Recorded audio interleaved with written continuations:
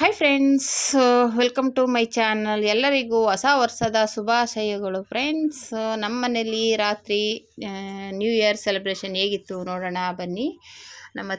ನಮ್ಮ ತಂಗಿ ಮಗಳು, ನನ್ನ ಮಗಳು ಎಲ್ಲ ಸೇರಿಕೊಂಡು ಎಲ್ಲನೂ ಕ್ಲೀನ್ ಮಾಡಿ ನೀಟ್ ಮಾಡಿ ತರಕಾರಿ ಏನಿದೆ ಕೊತ್ತಂಬರಿ ಸೊಪ್ಪು, ಹಸಿ ಶುಂಠಿ, ಬೆಳ್ಳುಳ್ಳಿ ಎಲ್ಲನೂ ಬಿಡಿಸಿ ನೀಟಾಗಿ ಬಿರಿಯಾನಿ ಮತ್ತು ಕಬಾಬ್ ಸ್ವಲ್ಪ ಫ್ರೈ ಮಾಡ್ತಾಯಿದ್ದಾರೆ.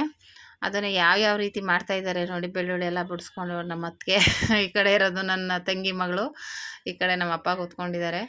ಎಲ್ಲ ನೀಟಾಗಿ ಬಿಡಿಸಿ ಅವರೇ ಮಾಡಿದ್ದು ಇವತ್ತು. ಅಡುಗೆದಂತೂ ನಾನು ಹೋಗಿಲ್ಲ. ನಮ್ಮ ತಂಗಿ ಎಲ್ಲ ಕ್ಲೀನ್ ಮಾಡ್ತಾಯಿದ್ದಾಳೆ. ಚಿಕನ್ನು ಮತ್ತು ಎಲ್ಲನೂ ನೋಡಿ ಬಿರಿಯಾನಿ ಮಾಡ್ತಾಯಿದ್ದಾಳೆ. ಬಿರಿಯಾನಿ ಅಂತೂ ಸೂಪರಾಗಿ ಮಾಡಿದ್ಲು, ಹೋಟ್ಲ್ ಸ್ಟೈಲಲ್ಲಿತ್ತು.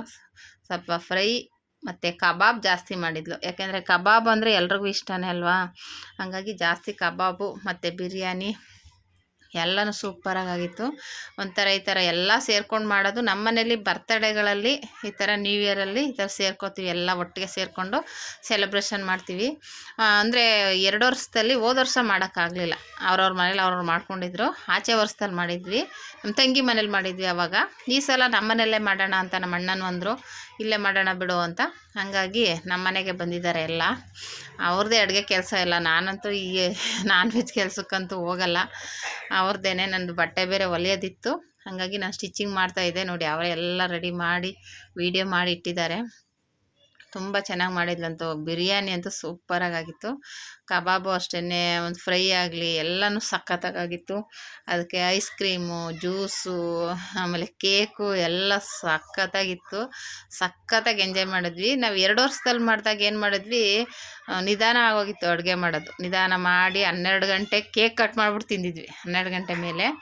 ಈ ಸಲ ಲೇಟ್ ಮಾಡೋದು ಬೇಡ, ಫಸ್ಟ್ ಎಲ್ಲ ರೆಡಿ ಮಾಡಿ ಊಟ ಮಾಡಿಬಿಡಿ, ಆಮೇಲೆ ಡ್ಯಾನ್ಸು ಸೆಲೆಬ್ರೇಷನ್ ಏನಿದ್ರೆ ಮಾಡ್ಕೊಳ್ಳಿ, ಆಮೇಲೆ ಕೇಕ್ ಕಟ್ ಮಾಡಿಬಿಟ್ಟು ಊಟ ತಿಂದ್ಬಿಟ್ಟು ಆರಾಮಾಗಿ ಅವ್ರವ್ರ ಮನೆಗೆ ಹೋಗ್ಬೋದು ಅಂದ್ಬಿಟ್ಟು ಹೇಳಿದ್ದೆ. ಹಂಗಾಗಿ ಬೇಗನೆ ಆಯಿತು ಅಡುಗೆ ಎಲ್ಲ. 9:30 10 ಗಂಟೆಗೆಲ್ಲ ಅಡುಗೆ ಆಗೋಗಿತ್ತು. ಆಮೇಲೆ ಅಡುಗೆ ಎಲ್ಲ ಅವ್ರವ್ರ ಪಾಡ್ಗೊಬ್ಬೊಬ್ರು ಬಂದು ಊಟ ಮಾಡಿಕೊಂಡು, ಕಬಾಬ್ ಆಗಲೇ ಸುಟ್ಟಿ ಕೊಡ್ತಾಯಿದ್ಲು. ಎಲ್ಲ ತಿನ್ನೋರು ಹಂಗೆ ಕಬಾಬ್ ಎಲ್ಲ ತಿಂತಾಯಿದ್ದು. ಫ್ರೈ ಮಾಡೋಕ್ಕೆ ರೆಡಿ ಮಾಡ್ತಾಯಿರೋದು. ಒಂದು ಕಡೆ ಫ್ರೈ, ಒಂದು ಕಡೆ ಬಿರಿಯಾನಿ ಇಟ್ಟಿದ್ದಾಳೆ.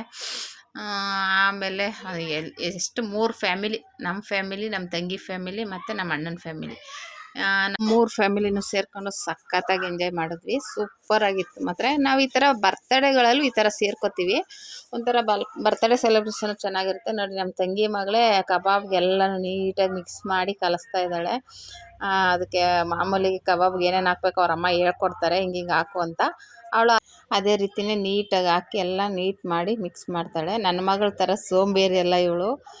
ಚೆನ್ನಾಗಿ ಕೆಲಸ ಮಾಡ್ತಾಳೆ. ನಮ್ಮ ತಂಗಿ ಮಗಳಂತ ನೋಡಿ ಎಷ್ಟು ಚೆನ್ನಾಗಿ ಎಲ್ಲನೂ ಮಿಕ್ಸ್ ಮಾಡಿ ಕಲಿಸ್ತಾ ಇದ್ದಾಳೆ ಕಬಾಬ್ಗೆ. ಸೂಪರಾಗಿ ಕಲಸಿ ಅವರ ಅಮ್ಮ ಎಲ್ಲ ಬೇರೆ ಕೆಲಸ ಮಾಡ್ಕೋತಾ ಇದ್ದರೆ ಇವರು ಈ ಕೆಲಸ ಮಾಡ್ಕೊಂಡ್ರು. ಅವಳು ನನ್ನ ಮಗಳು ಪಾತ್ರೆ ತೊಳೆಯೋದು, ನೀರು ಹಿಡಿಯೋದು, ಕ್ಲೀನಿಂಗು ಅದು. ನಮ್ಮ ಅತ್ತಿಗೆ ಇವರು ಎಲ್ಲ ಸೇರ್ಕೊಂಡು ಒಟ್ಟಲ್ಲಿ ಚೆನ್ನಾಗಿ ಮಾಡಿದ್ದಾರೆ.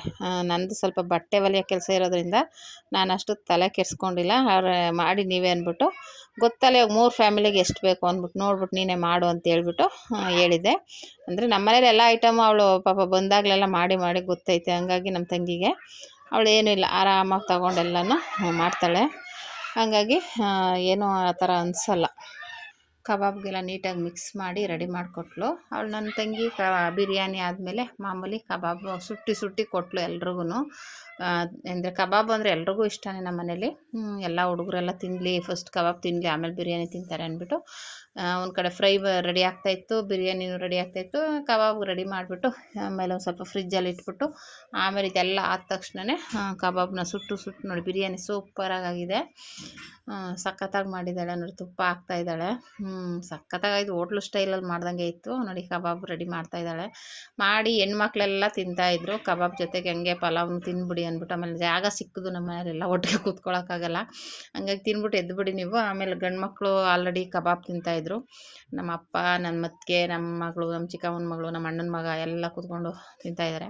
ತಿಂದ್ಬಿಟ್ಟು ಆಮೇಲೆ ಸ್ಟಾರ್ಟ್ ಮಾಡಿದ್ರು ಡ್ಯಾನ್ಸ್ನ. ಎಲ್ಲರೂ ಡ್ಯಾನ್ಸ್ ಮಾಡ್ಕೊಂಡು ಆ ಹಾಡಾಕು, ಈ ಹಾಡಾಕು, ಅದು ಮಾಡು, ಇದು ಮಾಡು ಅಂದ್ಕೊಂಡು ಫುಲ್ಲು ಎಂಜಾಯ್ ಮಾಡಿದ್ರು. ಒಂಥರ ತುಂಬಾ ಖುಷಿ ಇತ್ತು, ಎಂಜಾಯ್ಮೆಂಟು. ಈ ಥರ ಅದೇ ಬರ್ತಡೇಗಳಲ್ಲಿ ನಾವು ಈ ರೀತಿ ಡ್ಯಾನ್ಸು ಅದು ಇದು ಅಂದ್ಕೊಂಡು ತುಂಬಾ ಎಂಜಾಯ್ ಮಾಡ್ತಾಯಿದ್ರು. ಯಾಕೆಂದರೆ ಹೋದ ಸಲ ನಾವು ಅದು ಸೆಲೆಬ್ರೇಷನ್ ಆದಮೇಲೆ ಕೇಕ್ ಕಟ್ ಮಾಡಾದಮೇಲೆ ಲೇಟಾಗೋಯ್ತು, 2 ಗಂಟೆ 3 ಗಂಟೆನೇ ಆಗೋಯ್ತು. ಅದಕ್ಕೆ ಈ ಸಲ ಫಸ್ಟ್ ಎಲ್ಲ ಊಟ ಮಾಡ್ಕೊಂಡು ಎಂಜಾಯ್ ಮಾಡ್ಕೊಂಡು ಆಮೇಲೆ 12 ಗಂಟೆಗೆ ಕೇಕ್ ಕಟ್ ಮಾಡಿಬಿಟ್ಟು ಅವ್ರವ್ರ ಮನೆಗೆ ಹೋದರು. ಈ ರೀತಿ ತುಂಬಾ ಒಂಥರ ಖುಷಿಯಾಗಿತ್ತು.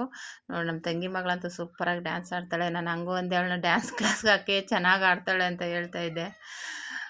ನೋಡಿ ಎಷ್ಟು ಚೆನ್ನಾಗಿದೆ. ಯಾವುದೋ ಒಂದು ಹಾಡು ನೋಡ್ಕೊಂಬಿಟ್ಟವಳೆ, ಅದನ್ನೇ ಆಡಬೇಕು ಅಂದ್ಬಿಟ್ಟು ಆಡ್ತಾಯಿದ್ಲು. ಮತ್ತೆ ಅಷ್ಟಕ್ಕೆ ಟೈಮ್ ಆಲ್ರೆಡಿ ಕೇಕ್ ಎಲ್ಲ ತೊಗೊಬಂದು ರೆಡಿ ಮಾಡಿ ಇಟ್ಕೊಂಡಿದ್ವಿ. ತೊಗೊಂಡು ಆಲ್ರೆಡಿ ಕೇಕ್ನ ಒಂದು ಫೋಟೋ ತಗೋ, ಅದು ತಗೋ, ಇದು ತಗೋ ಅಂತ ಹೇಳ್ಬಿಟ್ಟು ಆ ಕಡೆಯಿಂದ ಫೋಟೋ ತಗೊಳ್ಳೋರು ಎಲ್ಲ ಫೋನಲ್ಲೂ ತಗೋತಾ ಇದ್ದಾರೆ ಫೋಟೋನ. ತುಂಬ ಚೆನ್ನಾಗಿ ಮಾಡಿದರು ಕೇಕು. ಈ ಸಲ ಯಾವಾಗಲೂ ಚಾಕ್ಲೇಟ್ ಕೇಕೆ ತರ್ತಾಯಿದ್ದು, ಈ ಸಲ ವೈಟ್ ಕೇಕು ತುಂಬ ಚೆನ್ನಾಗಿತ್ತು. ಆ ರೊಟ್ಟನ್ನ ಬಿಸಾಕಬೇಡಿ, ಅದರಲ್ಲೇ ಕಟ್ ಮಾಡಿಬಿಟ್ಟು ಕೇಕ್ ಹಾಕ್ಕೊಡೋಕ್ಕಾಗುತ್ತೆ ಅಂತ ಹೇಳ್ತಾಯಿದ್ಲು ನಮ್ಮ ಮಗಳು. ಆಮೇಲೆ ಎಲ್ಲರೂ ಹಾಗೇ ಫೋಟೋ ಹಿಡ್ಕೊಂಡು ಅಷ್ಟೊತ್ತಿಗೆ 12 ಗಂಟೆ ಎಲ್ಲ ಕಡೆ ಪಟಾಕಿ ಹೊಡಿತಾ ಇದ್ದಾರೆ. ಬೆಂಕಿಪಟ್ಟಣನೇ ಸಿಗ್ತಾಯಿಲ್ಲ. ಸಿಕ್ತು ಬೆಂಕಿಪಟ್ಟಣ ತಗೊಂಡ್ರೆ ಅಂಟ್ತಾನೆ ಇಲ್ಲ. ಅಯ್ಯೋ, ಆಮೇಲೆ ಹೋಗಿ ಮತ್ತೆ ಸ್ಟವ್ ಅಂಟಿಸಿ ಸ್ಟವಲ್ಲಿ ಅಂಟಿಸ್ಕೊಂಡು ತಗೊಬಂದು ಅಂಟಿಸಿದ್ದಾಯಿತು. ಆ ಥರ ಆಯಿತು.